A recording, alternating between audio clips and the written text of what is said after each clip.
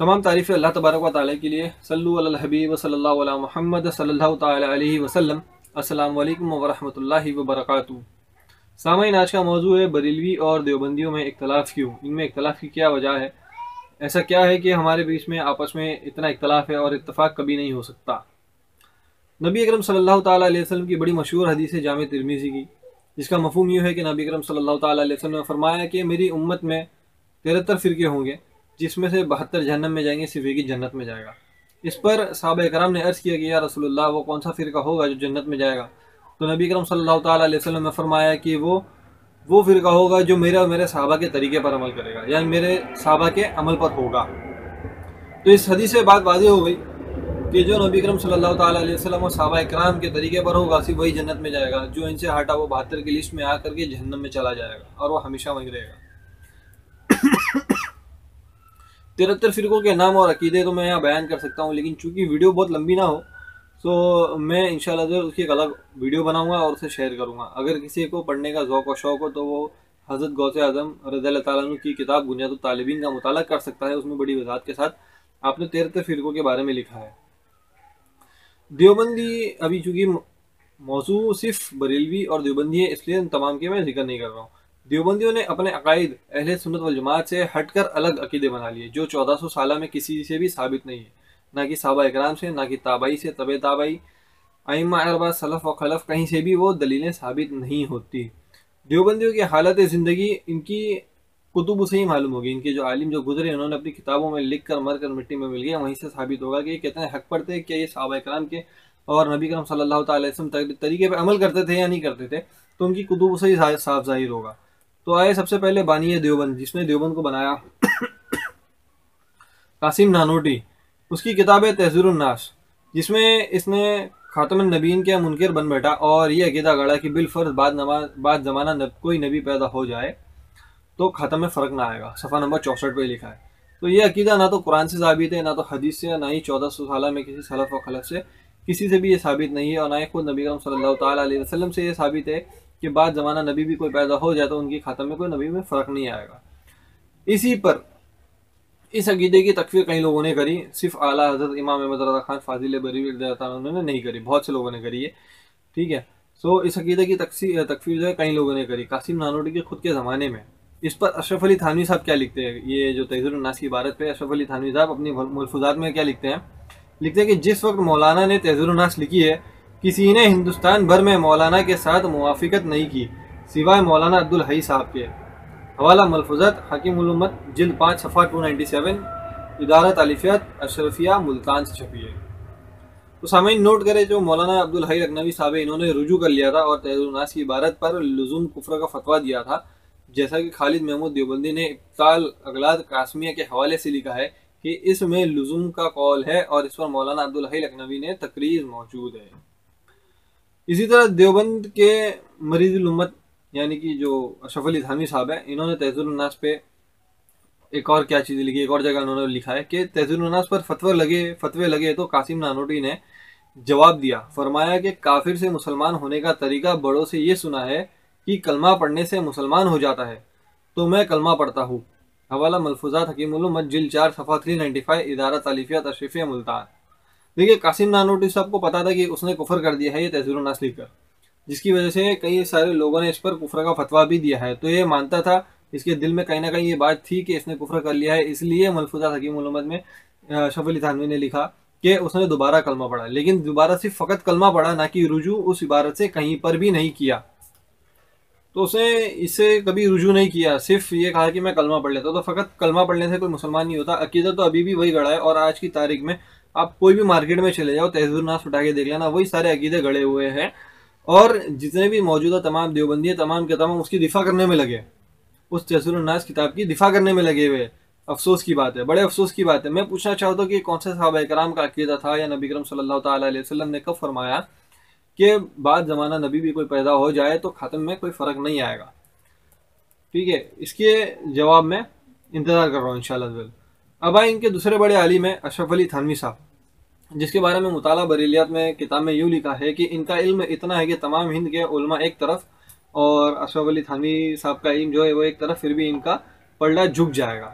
इनके पास इतना इल्म है ठीक है। सो ये थानवी साहब अपनी किताब हिफ्जुल ईमान में, ये थानवी साहब अपनी किताब हिफ्जुल ईमान में लिखते हैं कि फिर ये कि आपकी ज़ात मुक़द्दसा पर इल्म गैब का हुक्म किया जाना अगर बकौल ज़ैद सही हो तो दरियाफ्त तलब ये अमर है कि इस गैब से मुराद बाज़ गैब या कुल गैब। अगर बाज़ उलूम गैब या मुराद है तो इसमें हुज़ूर अलैहिस्सलाम की ही क्या तखसीस। ऐसा इल्म गैब तो ज़ैद व अमर हो बल्कि हर सभी व मजनून बल्कि जमी हैवानात व वाहीम के लिए भी हासिल है। माज़ल्ला सुम्मा माज़ल्ला नाउज़ु बिल्लाहि मिन ज़ालिक। तो यहाँ अशरफ अली थानवी की ये इबारत, ये अकीदा जो उन्होंने अपनी हिफ्जुल ईमान में लिखा है, ना कुरान से साबित है, ना हदीस से साबित है, ना अइम्मा अरबा से साबित है, ना किसी सलफ व सालिहीन से साबित है, ना किसी खलफ से साबित है। किसी भी मुहद्दिस और मुफस्सिर से कहीं से भी ये साबित नहीं जो इन्होंने अकीदा गढ़ लिया है कि जितना इल्म नबी अकरम सल्लल्लाहु ताला अलैहि वसल्लम को है उतना ही ज़ैद अमर बल्कि जमी हैवानात बाहीम के लिए सबके लिए हासिल माना है। इस पर देवबंदी ने तावील करने की कोशिश की और कई लोगों ने कुछ ना कुछ लिखा, बहुत कुछ। तो आइए मैं बता दूं कि किस उलमा ने क्या लिखा। और देवबंद के इस अशरफ अली थानवी साहब को बचाने के चक्कर में, तावील करके बचाने के चक्कर में, तो ऐसा लगा कि उसको उल्टा और दलदल में ढकेल दिया क्योंकि इसकी तावील ही नहीं कर पा रहे। कुफ्र ऐसा है कि इतना सही कुफ्र है ये कि इसकी तावील ही नहीं कर पा रहे, और जो भी तावील कर रहे हैं वो सीधा इनको खड्डे में ले जा रही है, बाहर निकलने नहीं दे रही है। तो आइए मैं कुछ चंद चीज़ें बता देता हूँ, सामान्य इसे नोट करिएगा। एक देवबंदी ने तावील करने की कोशिश की और एक ने लिखा कि यहाँ लफ्ज़ ऐसा तस्बीह के लिए है, और दूसरे ने लिखा कि यहाँ लफ्ज़ ऐसा इस कदर और इतने के माने में आता है। अब देखिए थानवी साहब के कुफ्र को बचाने के लिए बल्कि उल्टा दलदल में डाल दिए। सो पहला वाला मैं बता दे रहा हूँ, हज़रत मौलाना, वो उसमें लिखा है किताब के, हज़रत मौलाना लफ्ज़ ऐसा फरमा रहे हैं, लफ्ज़ इतना तो नहीं फरमा रहे। अगर लफ्ज़ इतना होता तो इस वक्त एहतमाल होता कि माज़अल्लाह नबी सल्लल्लाहु ताला अलैहि वसल्लम के इल्म को और चीज़ों को बराबर कर दिया। यह महज जहालत नहीं तो और क्या है। इसे कती नज़र करे तो लफ्ज़ ऐसा तो कलमा तस्बिया का है। हवाला शाहिब साकिब सफ़ा 249 इदारा तहकीकात अहले सुन्ना। देखिए यहाँ पे इन्होंने माना कि इसमें जो लफ्ज़ ऐसा है वो तस्बीह के लिए आता है, इन्होंने ऐसा माना। तो इस इबारत से मालूम होगा कि लफ्ज़ इतना तस्बीह के लिए है, लेकिन लफ्ज़ जो ऐसा है वो इतना या इस कदर के लिए नहीं है, इन्होंने लिखा। ठीक है, अगर लफ्ज़ इतने के माने में लेते तो वो कुफ्र हो जाता और रजील चीज़ों के बराबर उन्हें कर दिया जाता, जैसा इन्होंने अपनी इबारत से बताया। अब इनका दूसरा मौलवी देखे क्या लिखता है। वाज़ेह हुआ कि ऐसा लफ्ज़ फ़कत मानिंद और मिसले ही के माने में मुस्तमिल नहीं होता, बल्कि इसके माने इस कदर और इतने के भी आते हैं जो यहाँ मुतय्यन है। हवाला रसाइल चांदपुरी जिल्द 1 सफ़ा 118 इदारा अल किताब लाहौर। तो एक और जगह ये जनाब लिखते हैं कि इबारत मुतनाज़िया फ़ीहा में लफ्ज़ ऐसा बमाने इस कदर और इतना है, फिर भी तस्बिया कैसी। हवाला रसाइल चांदपुरी जिल्द 1 सफ़ा 123 इदारा अल किताब लाहौर। तो सामान्य नोट करें कि एक कहता है लफ्ज़ ऐसा तस्बीह के लिए है, अगर लफ्ज़ ऐसा इतने माने होता तो कुफ्र है, और दूसरा कहता है कि ये लफ्ज़ ऐसा तस्बीह के लिए नहीं है, यहाँ पर इतना मुतय्यन है, इतना जो लफ्ज़ ऐसा है वो इतने के मायने में मुतय्यन है। तो अशरफ अली थानवी के वकीलों ने थानवी को कुफ्र के दलदल में और डुबा दिया, हत्ता कि देवबंद के घर के लिए मैं फतवे भी सुनाता हूँ कि इस पर आगे क्या हुआ। तीसरे देवबंदी ने, दो देवबंदी के बता दिया मैंने, ठीक है, दोनों ने इसको और डुबा दिया। तीसरे देवबंदी के बारे में बताता हूँ। क़याम किताब में लिखते हैं कि क़याम पाकिस्तान से बहुत पहले हकीम उल उम्मत मुजद्दिद मिल्लत मौलाना अशरफ अली थानवी ने अपने एक रिसाले हिफ्जुल ईमान के अंदर इल्म गैब की बाबत एक ऐसा जुमला लिख दिया जिस पर हर सही अल फ़कीर मुसलमान ने एतराज़ किया था। तो मालूम हुआ कि जितने भी मुसलमान उस वक्त मौजूद थे जिनके दिलों में गैरत थी, नबी करम सल्लल्लाहु ताला अलैहि वसल्लम की मोहब्बत थी, उसमें से हर एक ने इनको समझाया हिफ्जुल ईमान के बारे में कि तुमने गलत लिखा। फिर आगे देखिए, लिखते हैं कि पस मजरू कलुब पर मरहूम की खातिर मौलाना थानवी 1329 हिजरी में रिसाला बस्तुल बनन तहरीर फरमाया, मगर इस खातिर ख्वाह असर ना हुआ। इन्होंने हिफ्जुल ईमान के बाद अपनी डिफेंस में, देखिए इबारत तो नहीं बदली, लेकिन इसके डिफेंस में बस्तुल बनन लिखा, और आगे ये लिखते हैं कि बस्तुल बनन लिखने के बाद भी उसका कुछ खास असर नहीं हुआ। फिर आगे और क्या लिखा है कि कुछ अरसे के बाद हज़रत थानवी हैदराबाद डेक्कन तशरीफ़ ले गए, जहाँ इस ज़माने में हज़रत मौलाना कासिम नानोटवी खलीफा और रशीद हज़रत मौलाना हाफिज़ मोहम्मद अहमद चीफ जस्टिस थे। हाफिज़ साहब के मकान पर उलमा का इज्तिमा था और हज़रत थानवी भी मौजूद थे, और पीर साहब हज़रत सैयद मोहम्मद बगदादी हैदराबादी भी मदुआ थे। इनकी खिदमत में रिसाला हिफ्जुल ईमान पेश किया गया, जिसमें इस जुमले को पढ़कर आपने फरमाया कि इस इबारत में तो बुए कुफ्र आती है, और खिलाफ फतवा दिया। देखिए हिफ्जुल ईमान की जो इबारत है इसने देवबंदियों को ही दिखाया, हिफ्जुल ईमान किसने, अशरफ अली थानवी ने हिफ्जुल ईमान दिखाया। और उसमें क्या उन्होंने बोला, इसमें इस इबारत में तो बुए कुफ्र आती है और इसके खिलाफ फतवा दिया, यानी कुफ्र का फतवा दे दिया। चंद रोज बाद अभी जो कुफ्र का फतवा दिया इसके बरक्स इनको क्या मिला, तो लिखते हैं कि चंद रोज बाद हजरत बगदादी ने हजरत रसूलुल्लाह सल्लल्लाहु अलैहि वसल्लम को ख्वाब में देखा कि आप हिफ्जुल ईमान की वह इबारत रद्द करने और इसको बुरा कहने के इजहार खुशी फरमा रहे हैं, और फरमाया कि हम तुमसे खुश हुए, तुम क्या चाहते हो। आपने अर्ज किया कि मेरी तमन्ना है अपनी बाकी उम्र मदीना मुनव्वरा में बसर करूँ और वहाँ की मिट्टी में दफन हो। आपकी दरख्वास्त मंजूर हो गई। इसके बाद आप मदीना हिजरत कर गए और 10 साल वहाँ मुकीम रहकर 1354 हिजरी में वहीं विशाल फरमाया। किताब सीरतुन नबी बाद विशाल, मोहम्मद अब्दुल मजीद एडवोकेट, इन्होंने लिखी है, सफ़ा नंबर 159, 169 और 70 पर 169 और 170 पर। तो सामाइन आप देखिए कि देवबंदियों का कुफ्र अकीदा जो इन्होंने गढ़ा है कुरान और हदीस के खिलाफ में, जब इन्होंने खुद अपने आलिम को दिखाया तो उन्होंने खुद भी एक फतवा दे दिया कि एक इसमें से बुए कुफ्र आती है। तो इसमें आला हजरत इमाम अहमद रज़ा खान फाजिल बरेलवी रज़ियल्लाहु ताला अन्हु अकेले नहीं है, बल्कि इनके खुद के घर से इनको फतवे मिले थे। और ये जो अकीदा गढ़ा है ना तो ये कुरान से साबित है, ना तो ये हदीस से साबित है। अगर ये कुरान और हदीस से साबित होता, सहाबा इकराम के अमल और तरीके से साबित होता, तो ये खुद इतने फतवे क्यों लेता। सीधे सीधे बता देता कि देखो सहाबा इकराम का ये अमल है, देखो कुरान शरीफ में आया, देखो हदीस में आया। तो इन्होंने कुरान और हदीस से हट करके, सहाबा इकराम के अमल से हट करके एक नया अकीदा गढ़ा और ये 72 की लिस्ट में आया। ठीक है, अब देवबंदी के तीसरे बड़े आलिम को देखते हैं। बराइन खातिया लिखा है इसने किताब।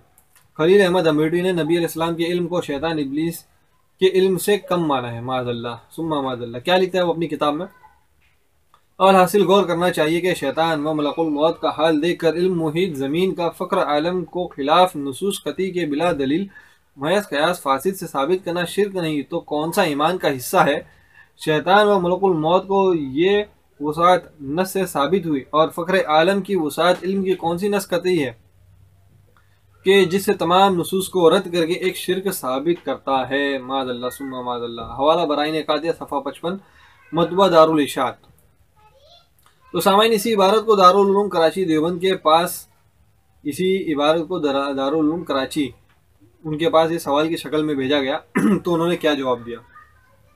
सवाल है, अगर कोई ये कहे कि शैतान की वसात इल्म नसूस से साबित है और नबी सल्लल्लाहु अलैहि वसल्लम के बारे में कोई नस कती नहीं है, क्या ऐसे शख्स का अकीदा सही है। तो इन्हीं देवबंदियों ने फतवा दे दिया। क्या फतवा दिया, लिखते हैं कि ये बात वाक़े के खिलाफ है और सख्त बेअदबी है। इस शख्स पर लाजिम है कि वो तौबा व इस्तग़फ़ार करे। हवाला फतवा दारुल उलूम कराची जिल्द 1 सफ़ा 232, मतबा इदारा अल मारूफ कराची। तो सामाइन खुद देवबंदियों का फतवा है खलील अहमद अमेठी पर कि वो तौबा करे, इस्तग़फ़ार करे अपने बदअकीदे के लिए। और ये भी साबित हुआ कि सहाबा इकराम में ऐसा अकीदा किसका भी नहीं था। अगर ऐसा होता तो फतवा इसके खिलाफ ना आता। अगर ये अकीदा कुरान और हदीस में होता या सहाबा इकराम के अमल से होता तो इसके खिलाफ बिल्कुल भी ना आता। लेकिन इन्होंने क्या किया, एक अलग अकीदा बना लिया। अब इनके 3-4 बड़े आलिम के नाम मैंने गिना दिए। आइए, एक और बड़ा आलिम है इनका, इस्माइल देलवी, जिनका मर्डर हुआ था। ये शहीद कहते हैं बट शहीद नहीं, इनको मारा गया था।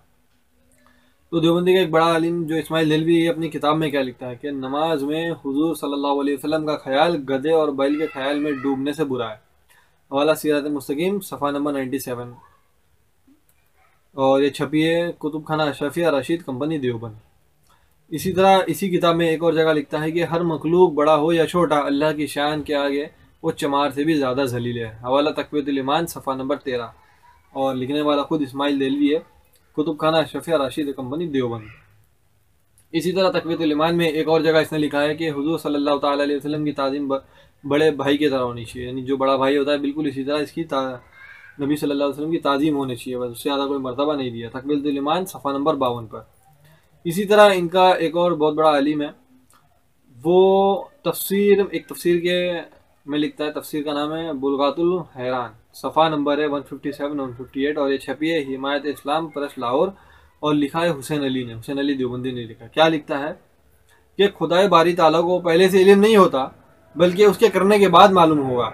यानी कि कोई मखलूक जो है वो कोई काम करेगी तो उसके बाद अल्लाह ताला को पता चलेगा कि अच्छा इसने ऐसा करा। माज़अल्लाह सुम्मा माज़अल्लाह, उससे पहले से इल्म नहीं होता। तो सामाइन आपने देखा कि ये तमाम जो बातिल और कुफरी अकीदे, ये जो मैंने देवबंद की किताबों से मैंने बताया, ये ना तो कुरान में आपको मिलेंगे, ना तो हदीस में मिलेंगे, ना तो सहाबा इकराम के तरीके अमल पे मिलेंगे। इन्होंने एक अलग अकीदा कर लिया। यही वजह है हमारा और उनके इख्तलाफ में। हम कहते हैं कि आप इन तमाम चीज़ों से तौबा करें, अल्हम्दुलिल्लाह सुम्मा अल्हम्दुलिल्लाह, और जो कुरान और हदीस में आया है, जो सहाबा इकराम ने अमल करा है, उस पर आप अमल करें और इत्तफाक पालें। लेकिन ये अपनी इनसे जान नहीं छुड़ाना चाहते। ये जो अकीदा इन्होंने गढ़ रखा है सहाबा इकराम के अमल के खिलाफ, जो कुरान के खिलाफ, जो हदीस के खिलाफ, ये उसकी दिफा करने में लगे हुए रहते हैं। कभी भी आप देख लो, चाहे अबू अय्यूब पादरी को देख लो, चाहे वो इलियास घुम्मन को देख लो, या चाहे जितने भी इनके मरकर मिट्टी में मिली उन्हें भी देख लो, उनकी किताबें भी देख लो, ये हमेशा उसकी दिफा में लगे हुए रहेंगे। लेकिन ऐसा कभी नहीं होगा कि ये कह दे कि ये गलत है, वो गलत है। हत्ता कि तारिक जमील ने कुछ महीने पहले की बात है, उसने कहा था कि कुरान शरीफ के अलावा जो तमाम 3 किताब है, इंजील ज़बूर तौरात, वो अल्लाह का कलाम नहीं है। तो इस पर हजरत एहसान रजी साहब ने उनकी पकड़ करी थी कि तुमने गलत कहा। इसकी दिफा करने के लिए कौन आया? साजिद नक्शबंदी आया था। फिर बाद में साजिद नक्शबंदी की मुझे एक ऑडियो मिल गई व्हाट्सएप पर, वो ऑडियो भी मैंने शाया करी थी, ये बता करके कि साजिद नक्शबंदी के नज़दीक भी यही हक है कि अल्लाह की तमाम इंजील ज़बूर तौरात और कुरान, ये तमाम की तमाम अल्लाह का कलाम है, अल्लाह का ही कलाम है। लेकिन तारिक जमील गलती पर है, ये उसने उस ऑडियो में बोला था। लेकिन इसमें इतनी हिम्मत और जरूरत नहीं हुई थी कि आवाम के सामने आकर ये बात करे और तारिक जमील से तौबा करवाए और ख़ुद भी तौबा करे, क्योंकि ये उसकी दिफा कर रहा था। ऐसा नहीं हुआ। इसने छुपके एक ग्रुप में लोगों ने बात करी थी, वो वीडियो मुझ तक आ गई थी अल्हम्दुलिल्लाह, जिसे मैंने शेयर कर दिया था, हक तक जो शेयर कर दिया मैंने। तो ये वो बातिल लोग, इन्हें पता होता है कि हक क्या बातिल क्या, लेकिन क्या अपने नफ्स की पैरवी करते हुए, अपने अना के चक्कर में आते हुए, कुरान और हदीस से लड़ाई करके, सहाबा इकराम के अमल से हट करके इन्होंने एक अलग जमात बनाई, देवबंदी जमात। और इसमें लोगों को आम दावत देकर अवाम उन्नास को गुमराह करके अपने फ़िरके में बुलाया और दूसरों को खिलाफ भड़काया और कुरान और हदीस और सहाबा इकराम के अमल के खिलाफ इनसे काम करवाया। अस्तगफिरुल्लाह रब्बी मिन कुल्लि ज़ंबिन व अतूबु इलैह। ये देवबंदी तमाम जो अकीदे मैंने बताए हैं, और इससे भी कहीं ज़्यादा अगर मैं बताऊं, अगर मैं बैठने जाऊं तो वीडियो बहुत लंबी हो जाएगी, हत्ता कि एक दिन ही काफ़ी दिन लग जाएंगे इनके अकीदे को एक एक बताते हुए कि इनका ये अकीदा है। इनके अपने वालों ने ही इन पर कुफ्र का फतवा दिया, इनके अपने वालों ने ही गुमराही का फतवा दिया। जैसे कि अभी थोड़ी एग्जाम्पल मैंने अभी पीछे दे दी है। तो बड़े अफसोस की बात है, ऐसे लोग इस दुनिया में अभी भी मौजूद है, और ये 72 की लिस्ट में आ चुके हैं। ये 72 की लिस्ट में आ चुके हैं अल्हम्दुलिल्लाह। आप देखिए, मैं अल्हम्दुलिल्लाह इसलिए बोला कि अल्हम्दुलिल्लाह हम बचे हुए हैं, ऐसे लोगों से हम बचे हुए हैं। अल्लाह का बड़ा एहसान और करम है, और आला हज़रत इमाम अहमद खान फाजिल रज़ियल्लाहु ताला अन्हु का बड़ा करम है, नबी अकरम सल्लल्लाहु ताला अलैहि वसल्लम का करम हम पर। मैं अल्लाह ताला से यही दुआ करूँगा कि या अल्लाह हमें हमेशा हक पर रखे, अहले सुन्नत वल जमात के मौक़िफ़ पर रखे, सवाद आज़म के साथ रखे, और बातिलों के शर से बचाए। बसत के नबी करम सल्लल्लाहु ताला अलैहि वसल्लम बतवस्सुल हज़रत गौसे आज़म शेख सैयद अब्दुल कादिर जिलानी महबूब सुबानी कुतुब रब्बानी रज़ियल्लाहु ताला अन्हु के।